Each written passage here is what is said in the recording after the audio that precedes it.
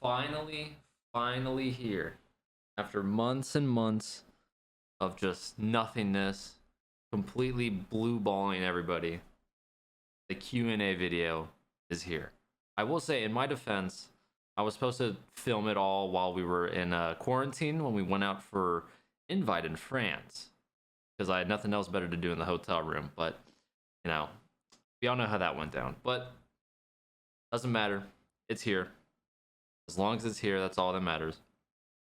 Before the video begins, I do want to give a huge thank you to me being a lazy piece of shit, and a big shout out to procrastination. So let's get into it.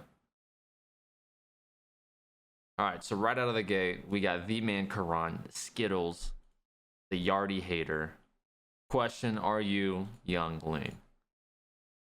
Dude, I don't even know who Young Lean is. It might be the boomer me talking, but who is this guy? What the no, I am not Skittles. No, thank you. Son of a bitch. TMPK Pass Q with what's it like when developing or evaluating strategies in the pro scene? Like, does it take long to come up with the strats, or do you have a lot of strats that you made up but haven't been used? What's the process of how you guys judge on how strats are good or not? I mean, that's more of like the support staff kind of question. They, Poj and Data, kind of take care of all the stuff behind the scenes, and then we, you know, we go over the strats. Everybody provides their own little like insight, their input, see if it would even be, you know, theoretical, like if it would even be good, and then we run it, and then the scrims of us running the setups is really how it determines. So like if it does good in scrims, then you'll probably see it in a pro match. But I mean, every now and then we'll like some of us come up with like some cheesy shit, like, you know, I don't know, some cheeky angles, some little stuff like that, and that's just all kind of like random, I guess. But for the most part, that's all on Pojo and Data, just for the strats, and then we test it. And I mean, I think every team always has like a, you know, reserve of crazy strats that they have. Zella with, have you and Achieved ever talked about when he called you a hacker on club? No, we have never talked about it once. Never talked about it. Of course we've talked about it. What? I'm sure he was pretty reluctant on even trying to give me a tryout when it first happened. But hey, he put that aside. I put it aside. It's all good. To be fair, when that, back in the day when that happened, the Montage 16, I threw $15 to Matt's away after the montage was out. I was like, hey, here, go buy some lunch or something. That was like way back in the day too. So $15 is a lot of money to me back then. Because I actually felt bad. I felt bad when I put him in there, but you know, we're all past it. We're all good now. We're homies. All a thing in the past. Niv with the question, ever thought about quitting R6? You know, it's funny that you say that, because I actually had a lot of, you know, contemplations of whether or not I wanted to quit R6 way back in the day. Even in like Skull Rain, I actually quit. I planned on quitting, and I didn't ever plan on coming back. And I didn't play for like 2 months or so. But then one of my friends were like, "Yo, just come on, man, play Siege. It's a better game now. This and that, blah blah blah." And I was like, "All right, fine, I'll try it." But in the patch of like Skull Rain and Red Crow, I wasn't playing. Beaulo might not have been, you know, what it was today if I didn't come back. But I guess for like, as of right now, retiring and all that stuff, I'm here to stay for a little bit longer. I don't plan on you know, calling it quits anytime soon, but you never know what could happen. But for the time being, I'm here to stay. I'm pretty confident in that. Next one we got Brutal Marsh with, did I have a favorite teacher in high school? If so, what subject did they teach? Favorite teacher, huh? I had an English teacher in like sophomore year in high school, and he was just kind of like a like no fucks given type teacher. He didn't give a shit. He would hand out zeros all the goddamn time. He would cuss at us. He was brutal, but I'm not gonna lie, I learned a lot of shit in that class just because of how much of an asshole he was. Like, you don't want to fuck up, right? You don't want to fuck up when there's like somebody that's like being a complete asshole, because then you know you're gonna get your, you know, you're gonna get roasted or whatever. It may be, but yeah. We got Riptide TV with, if the Siege server shut down permanently right now, what game would I play? That's a good question. I don't know. I've even been in the debacle of like not knowing what to do after like streaming and practice. I've been pretty bored lately. I have no idea what to do. I was playing some Valheim, but I got bored. I mean, to be honest, I'd probably just like try my shot at Valorant, I guess. Coming from CS, I don't really like Valorant too much, but I would give it a shot just because it's, you know, the newest game. It's the new trend and everything. So probably Valorant. Give it a shot there. I don't know if I would do, you know, competitive or content creation. I don't know which one I would do. Obviously, I would do content creation, but I don't know if I would stick to that or try to go in comp because I don't want to see my playing days over just yet. Bio with the question, what made you start playing Siege and how did you know you were going to go pro? What made me start playing Siege was, I mean, back in like 2015, you know, everybody was talking about Siege. It's not what we have now, but, you know, people were talking about it. I was playing CS at the time. I wanted something new, and then the beta came out. I think it was like November, or it was somewhere around November or something like that. The open beta came out, and I got my hands on it. And then I guess after that, it was love at first sight kind of thing, right? CS for like 2.5, 3 years kind of got boring to me. Well, actually, it didn't really get boring. It was just like Siege was different. It was unique. It was something that I could really, you know, sink my teeth in. So yeah, I started playing the beta. I loved it ever since. And would you look at that? I'm still here. 5 years. Wow. Holy shit. I guess the whole going pro thing kind of, I guess it didn't really happen until like, I'd say Dustline, maybe Skull Rain. Actually, probably not. Probably like Red Crow, actually. Probably Red Crow because of the whole, you know, leaving thing. I'd probably say Red Crow. Year 1, Season 4, I think, was Red Crow. Around there. That's probably when I really committed to wanting to like go pro. Obviously, it was kind of like a slept on secret of mine because I didn't want to. I was still, you know, a couple years out, and I know everybody would be asking, but I wanted to go pro from the very beginning, to be honest. But Red Crow was when it was like the turning point, big turning point. We got Shower with no E. How was your life overall outside of streaming? Outside of streaming, to be fair, I don't really stream that much, right? I'm not like a crazy grinder. I stream a little bit, nothing crazy, but I mean, I'm enjoying my time. I've been very blessed with Siege and the opportunities it's given me, so I have a lot more freedom than others do to what I want to do outside of my spare time. But for the most part, I'm just chilling, I'm vibing. I don't do anything crazy. I'm just, you know, I'm happy. Very blessed to have all this. I don't want to take it for granted, but I'm good. People even might say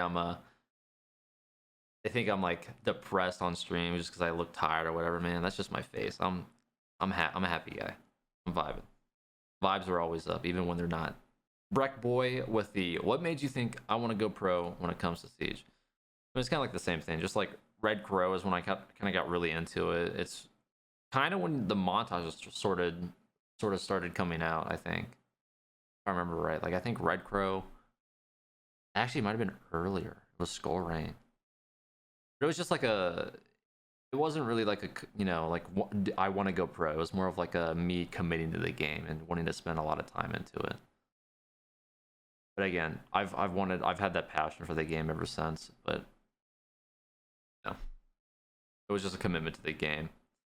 Pro kind of just happened, right? I always wanted to go pro, but it just really happened. Hane with the, any tips for someone who wants to get better at a game to improve gameplay so that people find it at least somewhat enjoyable? Oh, so you're saying it's not enjoyable if you're not doing good? I mean, I guess some tips would just be use your utility, right? You want to utilize everything that you have at your disposal. Your drones, your operator utility, your secondary gadget, so all that good stuff. You really have to come into play with it. Sometimes you might be a bit too aggro. Sometimes you might be a bit too passive. So might want to switch it up a little bit. Maybe switch up your operators. But at the end of the day, you really just got to utilize what you have at your disposal. Like if you're Zofia, make sure you use your stuns, your impacts, your drones, I mean, even if you're Zofia, you still have drones. You still want to use them. Still want to get that utility usage and the info for your team.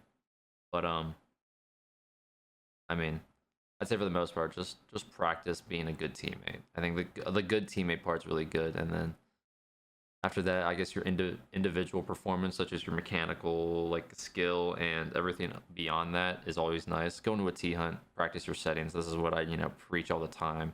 Whenever somebody comes and asks me on stream, just go practice with some settings. Don't take my settings. Just go into T hunt, mess around with some senses, FOV and ratio if you're on PC. Sorry, console. But just mess around, feel what's comfortable, and then build off of that. Childish Sus with, how do you keep your confidence after a lot of losses or people trash talking? And were you always good at video games? Big fan, dude. Hey, thank you. I mean, it sucks, but and L's happen. If you're not losing, you're not learning, right? It's kind of like that. I think after every L in Pro League and all of that, even after every death, you always have something to take away. If you don't have something to take away, then I guess you're just fucking up, right? If you don't turn your L's into lessons.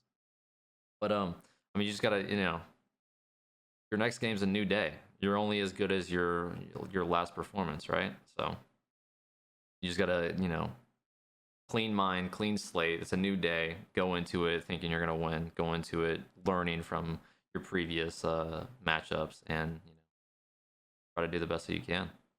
And I mean, for the trash talk, it happens, man. You're never gonna escape it. Every sport, esport, anything with an audience is gonna be trash talk. You just gotta live with it. Shit happens, man. At the end of the day, you just gotta realize who's watching who. Son of a bitch. Once, twice with the question, is getting the Beaulo charm really the only way to be a god at the game? Well, I will say, I haven't spoke about this that much, but I'm sure you can hear many stories of other people finally taking that leap, that final step to acquiring the Beaulo charm. Again, free with Twitch Prime and Amazon Prime if you link your accounts, but at twitch.tv/Beaulo. But I do hear that it works wonders. It might just change your life for good. I heard that it's turned some silvers into champs. It's turned some people that are a little bit down on their luck into full ownership of Tesla. So it's crazy. I don't want to be that guy, but look around, you'll hear some stories. Beaulo charm does work some wonders. Abdullah is pursuing a career in gaming underestimated in terms of workload, or is it not too hard to find time to make videos on something you enjoy? I mean, I guess it really depends on because there's two different branches of careers in video games, right? It's content creation, esports, and I guess that's about it, really. I would say, I guess it depends on how you do it. Content creation is pretty relaxing for the most part. It can be very stressful at times, especially when numbers are down, crazy stuff is happening, because sometimes you do have to deal with toxic communities and all that other stuff. But I'd say for the most part, the esports side is a much more stressful and strenuous path, but I do think it's the most rewarding, because at the end of the day, if you win, you win, and you're the best. But content creation is where it'll take a lot of people's brands and everything beyond. Esports will get you to so far, but content creation and having a brand is going to take it out of the ballpark. But I think for the most part, esports is a lot more strenuous and stressful, but it is a lot more rewarding. Whereas content creation is still very rewarding. I get to talk to the community. I get to do stuff like this to you guys, for you guys. But esports is stressful. It gets stressful, especially if you're losing, because then it sucks. Gregory, a tech with, how do you move your mouse when aiming? Through arm, wrist, or other? I mainly just do arm. I used to do a little bit of wrist. When I first came into the scene, the pro scene, I was a wrist. I would only have my wrist on my table. So this is my table. This will be the only thing on there. But I'm glad I kind of got rid of that, because then give me a couple years and I'm decommissioned. Carpal tunnel, arthritis, I'd have it all. But Yeah, I'm in ARM right now. I've been playing for ARM for, like a good year and a half, and I'm enjoying it. I'll probably stick with this for a while. ARM aimers all the way. FS Riot with 2 questions. Could you tell us about some of the behind the scenes at your pro matches that we don't see when you're getting ready for the match, pre or during lockdown? And is it possible to record your pro matches uncut from your perspective with team comms? I'm sure I'm not the only one that would want to see that. Well, um, behind the scenes, I mean, usually behind the scenes it's pretty traditional. It's just like you do your prep work like the day before. Or I mean, I guess it depends on how long out the game is. Like if it's at a LAN, you'll usually do your prep work like the night before because you don't have a whole lot of time in between your matches. You talk to your team, your support staff, see what you need to do, see what needs to be changed, what the game plan is, and then the day of, you just kind of warm up. You talk to them, refresh everybody's mind on what the game plan is, what's going on, what you need to do, what their tendencies are. Just a bunch of warm up, eating, juicing up on energy drinks or whatever it may be, if that's your kind of thing. But it's really just like the prep work. You just gotta talk to your support staff, talk to the team, see what needs to happen to get the dub. About it. But other than that, that's about it. It's pretty relaxed. Just try to get the nerves down is the main thing. And is it possible to record your pro matches? So for like online matches, it's very easy. Obviously, you guys have seen, I'm sure a lot of you guys have seen the like the pro matches, like the intensity of pro league video and stuff like that. Online matches, it's very easy because you're at your personal computer. You can shadow play if you need to or whatever. But at like LAN events, it's a little bit different. Because you're not allowed to have a whole lot of freedom with what you download on your computer. So it could be a bit rough on getting the recordings from that. But as sad as it is, with the NAL going to a LAN league, it might not be the pro match POVs from me might not be a thing anymore. So we'll see though. You never know what Bo can work out. Kira Senpai with the question: how do you train your aim? How do you find your perfect sensitivity? I guess it goes back to the same thing of like how to get better. Just go to a Tion, experiment. Practice your sense, practice your movements. Your strafing, all that good stuff. But just really, you just gotta mess around with your own settings. Again, don't take my settings. If you want to take it to as like a base, like a starting point, go for it. But I would not recommend just copying my sense and going straight into ranked. Just go in there, tweak with your settings, play with what feels right, and then after that, just build off of it. But spend some time. Evaluating yourself, your sensitivity and your settings and all that. And then I'm sure once you find something comfortable, you just work on it. And then even then, you can work on it for like a week, but then you might want to change it. It happens all the time. You just gotta really put the time into the, I guess, evaluation of yourself. Paradox with the question: favorite Siege seasonal skin / season of play. Oh, okay, all right. So season of play was probably Red Crow or Velvet Shell for me. That was my favorite season. And then seasonal skin, mainly Red Silk, the one with like the little like kind of like cherry blossom thing on the side, and then the White Dragon. It's like the white it's my Ella. It was the Ella skin that I had on back in the day. The white with the little blue engraving dragon stuff on the side. Probably my favorite ones. But of course, the best drip outfit for the Beaulo charm is the Amethyst gemstone skin with the purple attachment skin. By far unmatched. Toma 10 automat. Wow. Question: 2 years ago, you said in a stream that sometimes streaming just feels like a job and you'd rather play off stream. What's your opinion on that now? Well, I mean, sometimes you do have to treat it as a job, just because it's like those days that you just don't want to, get up and stream. It's just like, fuck, I should stream. They're gonna probably want me to stream, and I know it'd be better. Like, it's rewarding when you finally finish a stream, especially when you didn't really feel like streaming in the first place. But back in the day, I did have that mindset. It was just kind of like, it was just kind of exhausting. I didn't have the best, like not community, but like, I guess, response from Twitch. Like, I had a lot more toxic people in my chat back then. and it just wasn't like the best environment for me. And it was just simply easier to play off stream because I would just get way more clips. Because back then I was more of a YouTuber, and now it's like it's kind of like flipped. It's like, you know, pro player, streamer, and then YouTuber. But that's just how it goes sometimes. Now it's definitely more enjoyable. I don't treat it as a job. It's just like now it's just like I just want to do it for the community. Like I want to just hop on and stream and do it for the community. Get some bolo charms out there, of course. But it's my outlook has definitely changed on the whole streaming thing, and it's for the, you know, greater end of it, which I'm very glad that it's been like that, because it's made things a lot easier